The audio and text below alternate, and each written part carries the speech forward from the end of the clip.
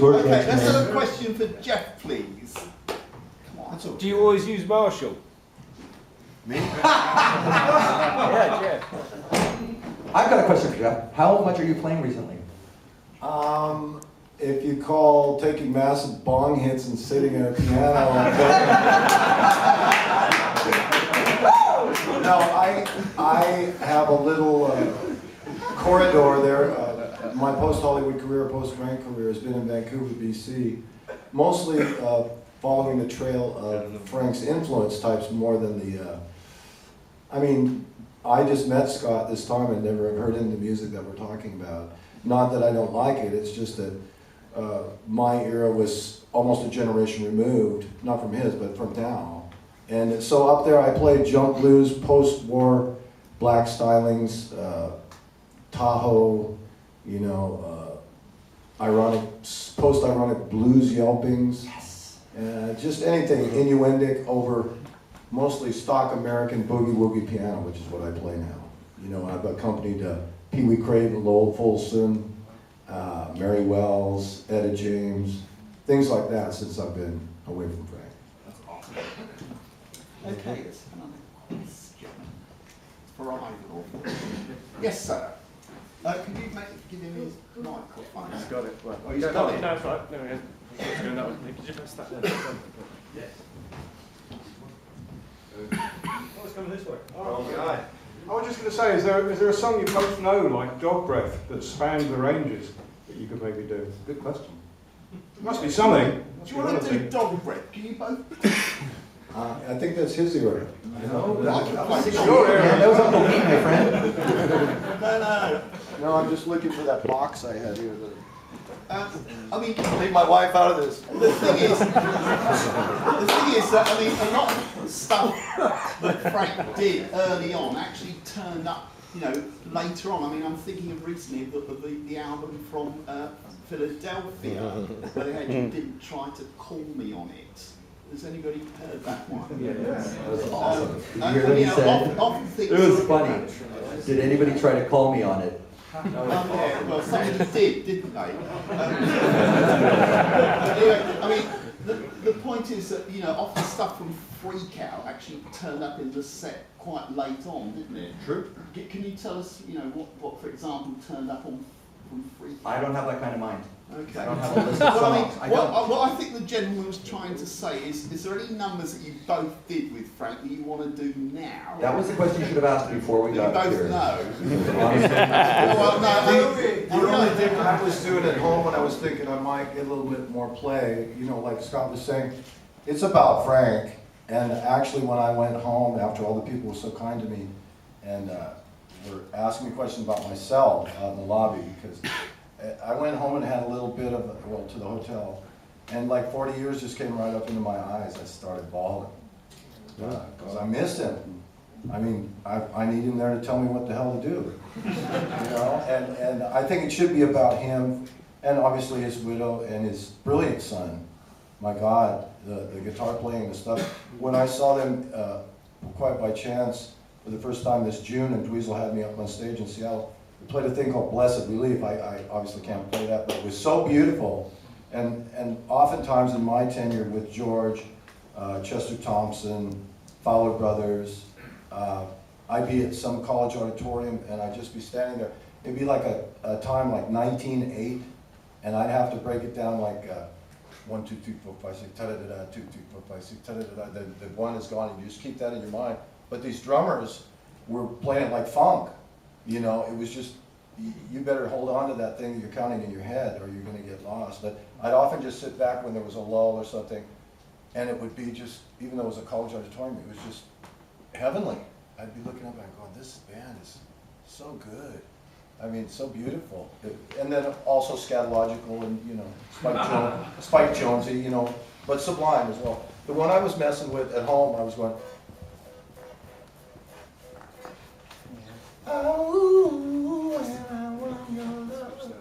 help me. When I was very glad,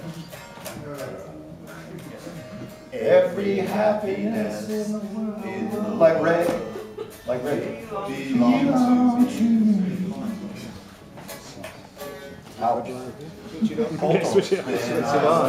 Last. Come on, let's get some community singing. Hold it. Get some volume. Oh, yeah, we got a red light. We got a red light.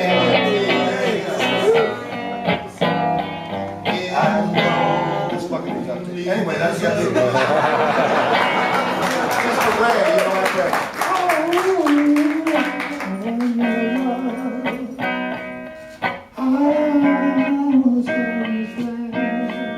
It's beautiful. Then it goes down in whole tones and everything. And if I had the piano, I'd give it a shot. You know, smoke a roach and try it. But it's kind of shaky being up here. Like last night, I get way too many calls.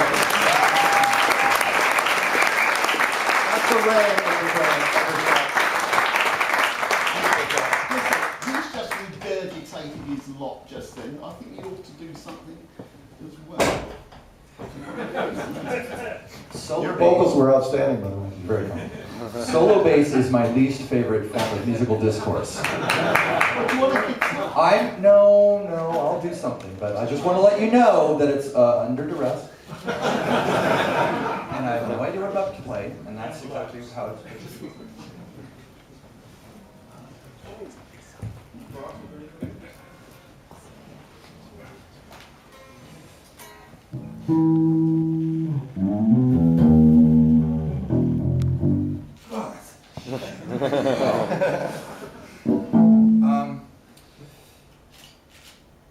Echidna's Arf is a great song.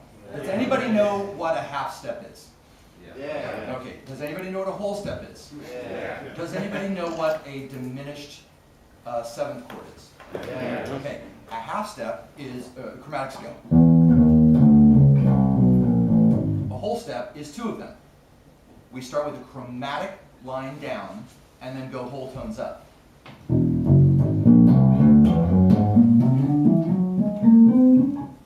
Now, you'll notice I don't have a top E on this bass. Guess what? In Echidna's Arf, you have to play that note.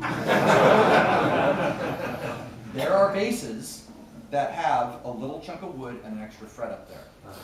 They also make, 24 fret necks for completions purposes. But in fact, there are bass players who have an old Fender and they just add a little bit of fret.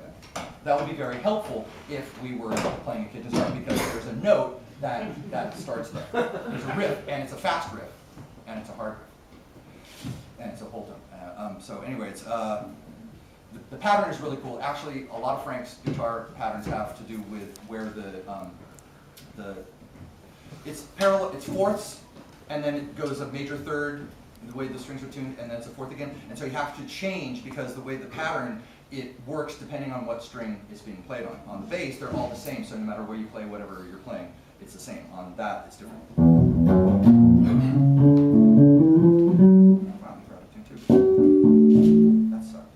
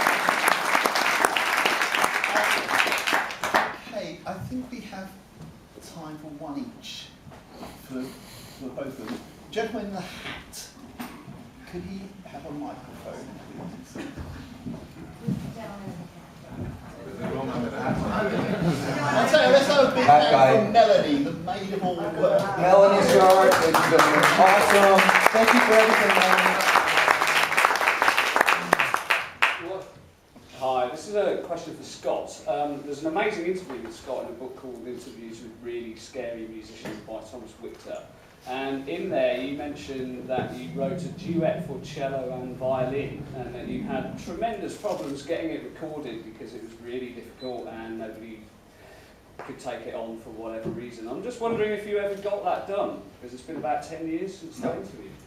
When I quit music, I quit music. Well, that was it. That was the line.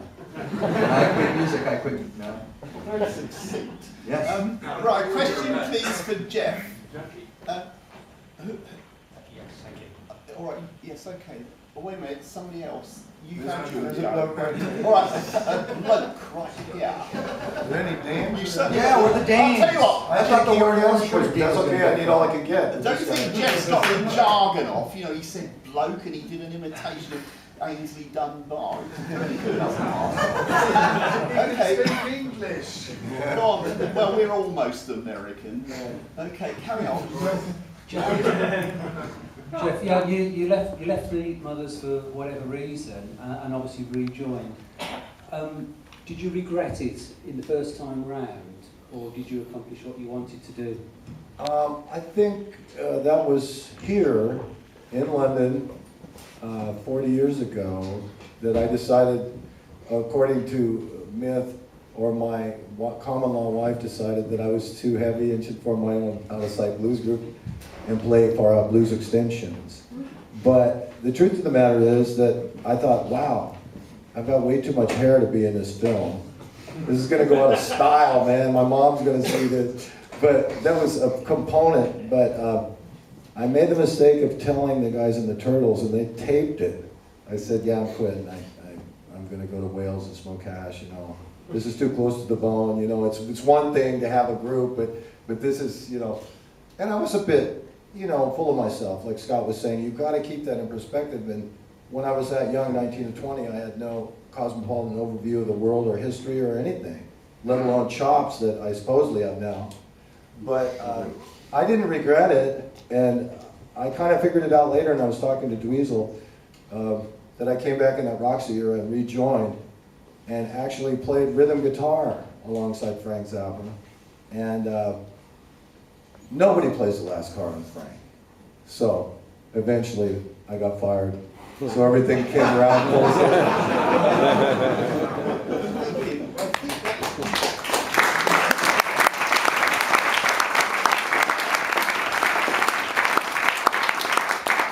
I think that's it, because the main event's coming up. But, you know, I think we're all most grateful to these two distinguished musicians for coming, you know, half a world away to be with us tonight and providing us with dialogue that's been as entertaining as it's been informative. So let's hear it again.